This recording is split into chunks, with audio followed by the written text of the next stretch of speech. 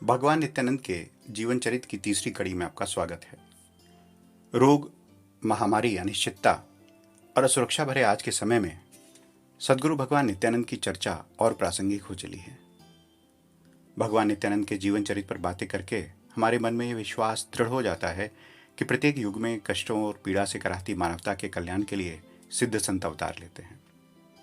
लेकिन इससे भी महत्वपूर्ण बात यह है कि हम उन सीखों, सबकों और उपदेशों को याद रखें, अपने जीवन में उतारें, जिनकी शिक्षा उन महान संतों ने अपने जीवन व्रत के माध्यम से हमें दी है। भगवान नित्यानंद से जुड़ी ऐसी तमाम बातें हैं जो हमें प्रेरणा देती हैं कि हम अपना जीवन सादगी, समर्पण, सेवा भाव और जन कल्याण में लगा दें। क्या आपको विश्वास होगा कि भगवान नित्यानंद ने अपने एक भक्त के घर सेवक की तरह काम किया, माँ की तरह उसकी देखभाल की और एक पिता की तरह उसके जीवन में आने वाली अनेक मुसीबतों से उसकी रक्षा की। इस सत्संग में इसी प्रकार की कई घटनाओं की चर्चा होगी। काननगढ़ आश्रम से निकलकर बाबा देशाटन पर चल दिए। इसी क्रम में वह कुछ समय मुंबई में रहे। वहां गामदेवी इलाके में उनके कई सारस्वत ब्राह्मण भक्त थे। रात में बाबा वहां चौपाटी बीच पर विल्सन कॉलेज के पास फुटपाथ पर बनी एक पान और बीड़ी बेचने वाली दुकान में विश्राम करते थे। इसके बाद हर रोज सुबह ब्रह्म मुहूर्त में वे गामदेवी में रहने वाली अपनी भक्त मुक्ताबाई और उसके परिवार के घर पहुंच जाते थे। उन दिनों मुक्ताबाई की तबीयत सही नहीं चल रही थी। बाबा उनके घर का छोटा बड़ा हर तरह का काम करते थे। मुक्ताबाई और उनके पति को यह देखकर बहुत संकोच होता था कि सर्वसमर्थ गुरु सामान्य सेवक की तरह उनकी सेवा टहल कर रहे हैं, पर बाबा को इससे रत्ती भर भी फर्क नहीं पड़ता था। एक बार मुक्ताबाई की तबीयत ज़्यादा खराब हो गई। डॉक्टरों ने उन्हें सलाह दी कि वे स्वास्थ्य लाभ के लिए नासिक चली जाएं, लेकिन उनके पति अपने दफ्तर का काम छोड़कर उनके साथ नहीं जा सकते थे।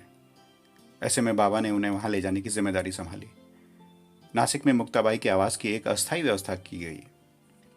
बाबा मुक्ताबाई के साथ रेल से नासिक पहुंचे तो उस समय आधी रात का समय हो चुका था।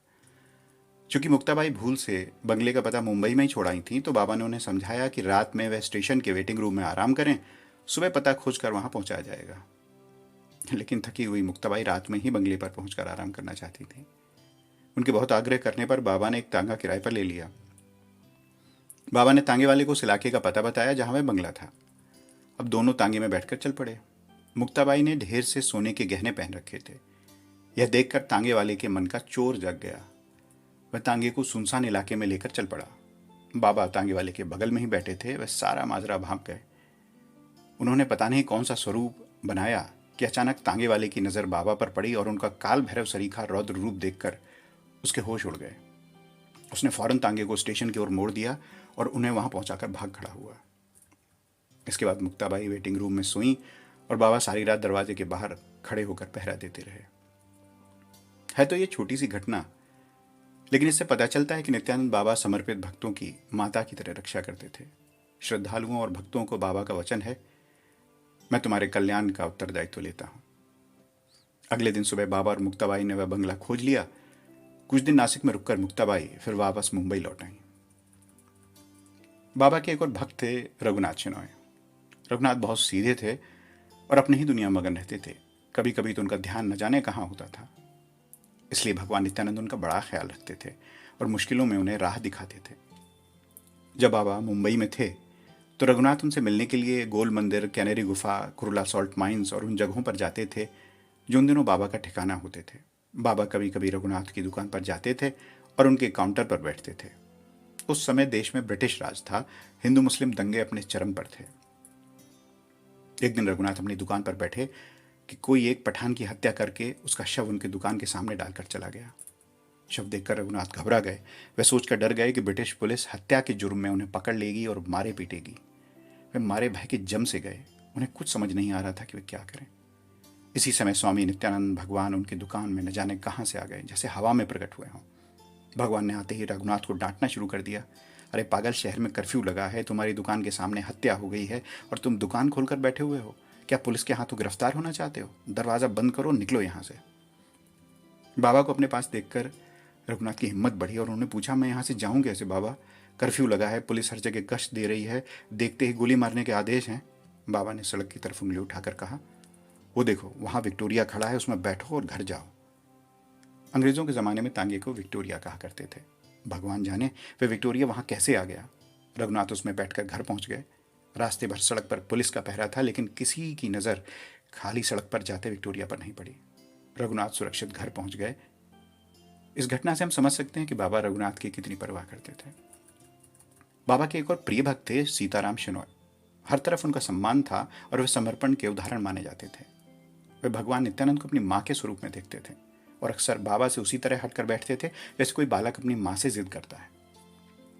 1940 में सीताराम को जबरदस्त हार्ट अटैक पड़ा। उन्हें अस्पताल में भर्ती कराना पड़ा, जहां वे 1 महीने से ज़्यादा समय तक बिस्तर पर रहे। अटैक भी इतना खतरनाक था कि डॉक्टर ने कहा था कि अपने बिस्तर से बिल्कुल भी ना उठें। सीताराम बेचैन हो रहे थे क्योंकि उन्होंने काफ़ी समय से अपने गुरुदेव को नहीं देखा था। वे किसी भी तरह से भगवान नित्यानंद के दर्शन करना चाहते थे। उन्होंने अपने परिजनों को बुलाकर कहा, केवल नित्यानंद ही मेरा इलाज कर सकते हैं, मुझे गणेशपुरी ले जाने का प्रबंध करो। जब डॉक्टरों को इसकी जानकारी हुई तो वह बहुत नाराज़ हुए और उन्होंने चेतावनी दी कि अगर ये बिस्तर से ज़रा भी उठे तो हमारी कोई गारंटी नहीं है।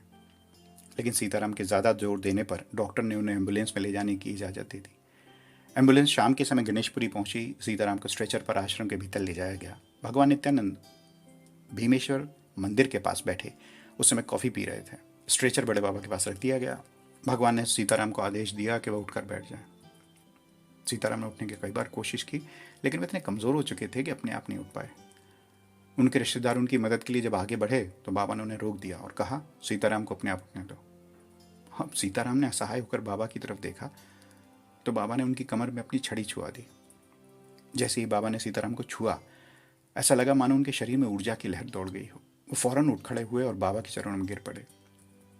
भगवान नित्यानंद ने उनसे कहा कि वे गर्म पानी के सोते तक एक चक्कर लगाकर आएं। सीताराम मुस्कुराते हुए बड़े विश्वास से चल दिए।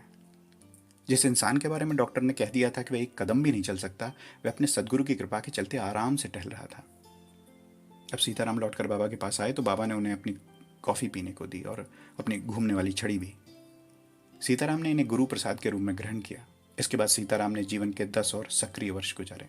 इसके लगभग एक दशक बाद 1949 में सीताराम शेनॉय ने इस दुनिया को विदा कह दिया।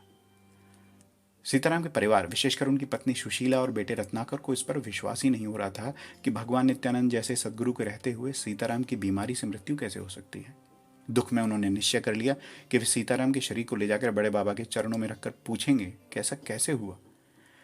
रास्ते भर तमाम बाधाएं आईं, अपशगुन हुए, लेकिन वे अपनी जिद पर अड़े रहे।